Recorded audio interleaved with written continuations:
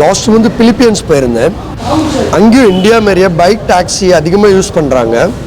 கம்பல்சரியாக ஹெல்மெட் போடுற சட்டம் அங்கேயும் இருக்குது. அது கூடவே இன்னொரு சட்டமும் இருக்குது, பூஃபன் போட்டு ஹெல்மெட் போட்டுக்கிற சட்டம்.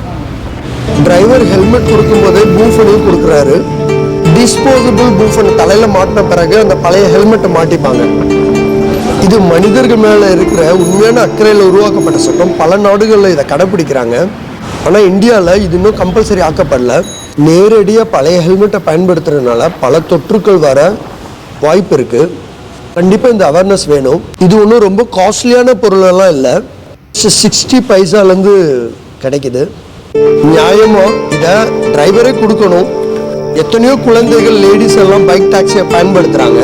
இந்த அவேர்னஸ் கண்டிப்பாக வேணும்.